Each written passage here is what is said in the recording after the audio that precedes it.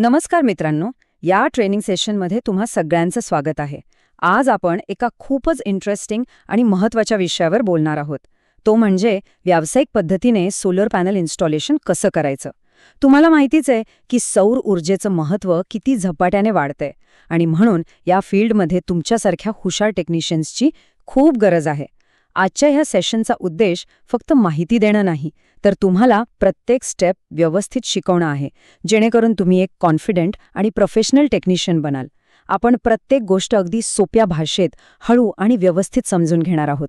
चला तर मग सुरू करूया. हे एक वाक्य आहे ना, ते तुमच्या डोक्यात अगदी फिट बसवून घ्या. हे आपल्या सौर ऊर्जेच्या कामातलं सगळ्यात मोठं सत्य आहे.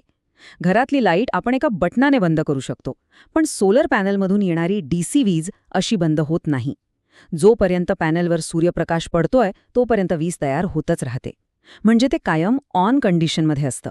याचा सरळ अर्थ असा आहे की आपल्याला प्रत्येक क्षणी प्रत्येक वायरला हात लावताना प्रचंड काळजी घ्यावी लागते. हाच विचार आपल्या कामाचा आणि आपल्या सुरक्षेचा मूळ पाया आहे. त्यामुळे हे फक्त एक वाक्य नाहीये, तर हा तुमच्या कामाचा पहिला आणि सगळ्यात महत्त्वाचा नियम आहे, हे नेहमी लक्षात ठेवा. बघा, कुठलंही मोठं काम सुरू करण्याआधी त्याचा पाया मजबूत असायलाच लागतो. आपण घर बांधण्याआधी त्याचा पाया भक्कम करतो, बरोबर ना? तसंच आपल्या सोलार इन्स्टॉलेशनच्या कामात सुरक्षा आणि नियोजन हाच तो पाया आहे. जर आपला पायाच कच्चा राहिला तर पुढे आपण कितीही चांगलं काम केलं तरी त्याला काहीच अर्थ उरणार नाही. एक छोटीशी चूकसुद्धा खूप मोठं नुकसान करू शकते, पैशांचंही आणि जीविताचंही.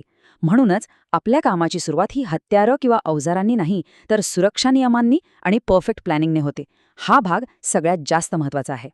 चला, आता आपण या पीपीई किटमधल्या प्रत्येक गोष्टीबद्दल जरा नीट समजून घेऊया. हे फक्त दाखवण्यासाठी किंवा घालून मिरवण्यासाठी नाहीयेत, तर हे आपलं सुरक्षा कवच आहे. सगळ्यात पहिलं, इन्सुलेटेड ग्लव्ज. हे आपले साधे हातमोजे नाहीत. हे 1000 वोल्ट डीसी रेटेड असणं अत्यंत गरजेचं आहे. का? कारण आपण ज्या पॅनलवर काम करतो त्यांची सिरीज जोडणी केल्यावर व्होल्टेज 600 ते 800 व्होल्टपर्यंत आरामात पोहोचतो आणि एवढा व्होल्टेज जीवघेणा असतो. दुसरं, फुल बॉडी हार्नेस. छतावर काम करताना कधीही तोल जाऊ शकतो. हा हार्नेस आपल्याला खाली पडण्यापासून वाचवतो. तिसरा, सेफ्टी हेल्मेट. वरून एखादं टूल किंवा काही वस्तू पडली तर आपल्या डोक्याचं संरक्षण होतं. आणि चौथं, सेफ्टी बूट्स. हे आपल्याला जमिनीवरच्या खिळ्यांसारख्या वस्तूंपासून आणि विजेच्या धोक्यांपासून सुरक्षित ठेवतात. लक्षात ठेवा, यापैकी एकाही गोष्टीशिवाय साईटवर कामाला सुरुवात करायची नाही. आता आपण एका अशा प्रक्रियेबद्दल बोलूया जी अक्षरशः जीव वाचवते. लॉकआउट टॅगआउट किंवा सोप्या भाषेत लोटो. जरा विचार करा, तुम्ही एका सर्किटवर काम करताय आणि तुमच्या नकळत कोणीतरी दुसऱ्या बाजूने मेन सप्लाय सुरू केला. काय होईल? मोठा अपघात होऊ शकतो. हेच टाळण्यासाठी लोटो वापरतात. पहिली स्टेप, मेन सप्लाय बंद करून तो आयसोलेट करायचा. मग त्या स्विचवर किंवा आयसोलेटरवर कामावर असलेला प्रत्येक जण स्वतःचं कुलूप लावतो.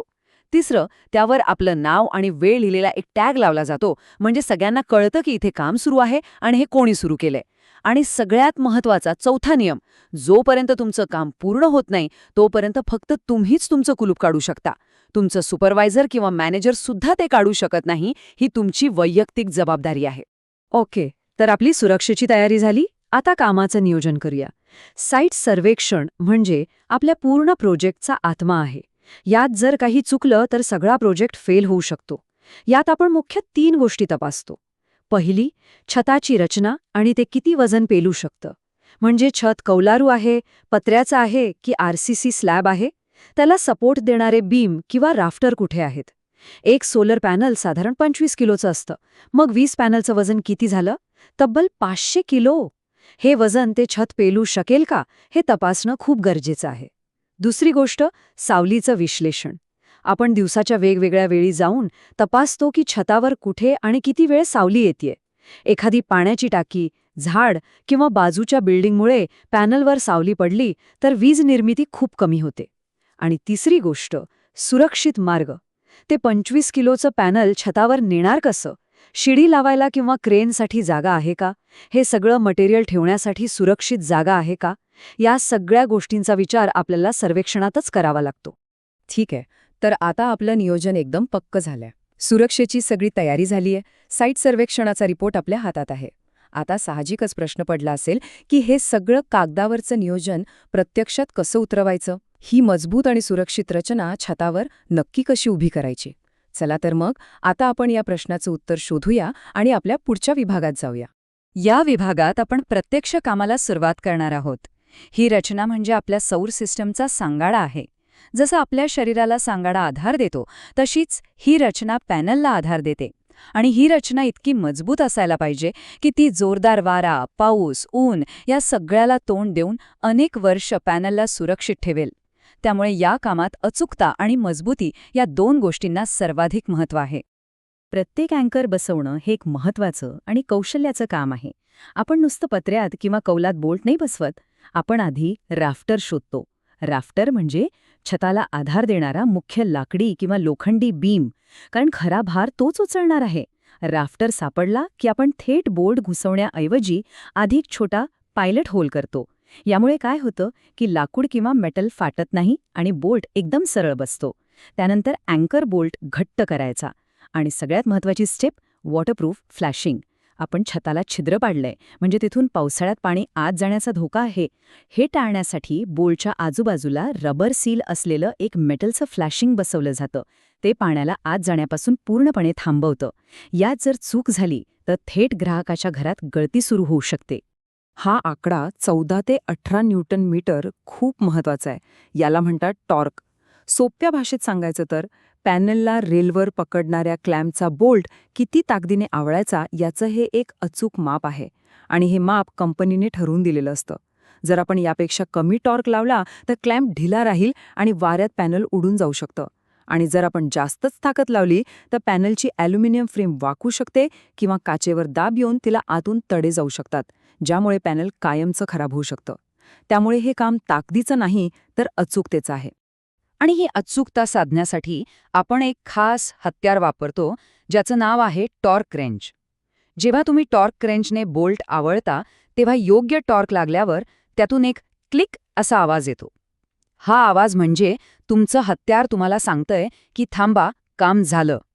तो आवाज म्हणजे तुमच्या अचूक कामाची पावती आहे. त्या आवाजाकडे दुर्लक्ष करून अजून ताकद लावणं म्हणजे साहित्याचं नुकसान करणं. एक चांगला टेक्निशियन आपल्या हत्यारांचं ऐकतो, हे नेहमी लक्षात ठेवा. चला, आतापर्यंत आपण सौर सिस्टीमचं शरीर म्हणजे त्याचा सांगाडा तयार केला. आता वेळ आली आहे त्याच्या हृदयात प्राण फुंकण्याची, म्हणजे त्याच्या इलेक्ट्रिकल वायरिंगची. हा ह्या प्रक्रियेतला सगळ्यात नाजूक आणि महत्त्वाचा टप्पा आहे. इथेच सूर्यप्रकाशाचं रूपांतर विजेमध्ये करणारी यंत्रणा आपण जोडणार आहोत. इथे आपलं इलेक्ट्रिकल ज्ञान आणि कौशल्य पणाला लागणार आहे. सोलर पॅनल जोडण्याचे दोन मुख्य प्रकार आहेत. मालिका जोडणी म्हणजे सिरीज कनेक्शन आणि समांतर जोडणी म्हणजे पॅरलल कनेक्शन. दोन्हीतला फरक नीट समजून घेऊया. सिरीज कनेक्शनमध्ये आपण एका पॅनलच्या पॉझिटिव्ह वायरला दुसऱ्याच्या निगेटिव्ह वायरशी जोडतो. जसं आपण टॉर्चमध्ये किंवा रिमोटमध्ये एकामागे एक सेल लावतो, अगदी तसंच. असं केल्याने व्होल्टेज वाढत जातो, म्हणजे प्रत्येक पॅनलचा व्होल्टेज एकत्र येतो.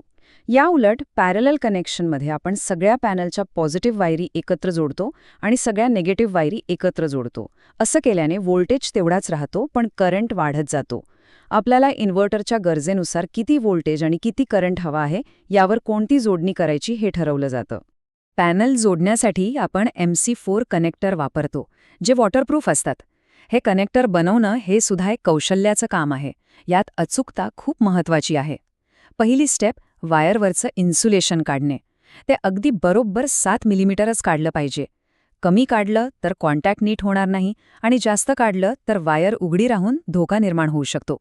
दुसरी स्टेप, क्रिम्पिंग. यासाठी योग्य क्रिम्पिंग टूलच वापरायला हवं.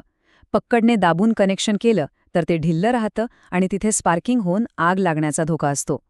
तिसरी आणि सगळ्यात महत्त्वाची स्टेप, टग टेस्ट. क्रिम्प केल्यावर वायरला हलकंसं खेचून बघायचं. जर ती निघाली नाही तर आपलं कनेक्शन एकदम पक्कं झालं आहे. आणि शेवटी कनेक्टरची बॉडी एकत्र जोडून क्लिक आवाज येईपर्यंत फिरवायची. हा आवाज आला की समजायचं आपलं कनेक्टर वॉटरप्रूफ आणि डस्टप्रूफ झालं आहे. बरं, पॅनलने तर DC वीज तयार केली. पण आपल्या घरातले पंखे, टीव्ही, फ्रिज हे सगळं चालतं AC विजेवर. मग ह्या DCचं ACमध्ये रूपांतर कोण करणार? ते काम करतो इन्व्हर्टर. म्हणूनच आपण त्याला सोलर सिस्टमचा मेंदू म्हणतो. तो फक्त DCचं ACमध्ये रूपांतरच करत नाही, तर तो पूर्ण सिस्टमवर लक्ष ठेवतो.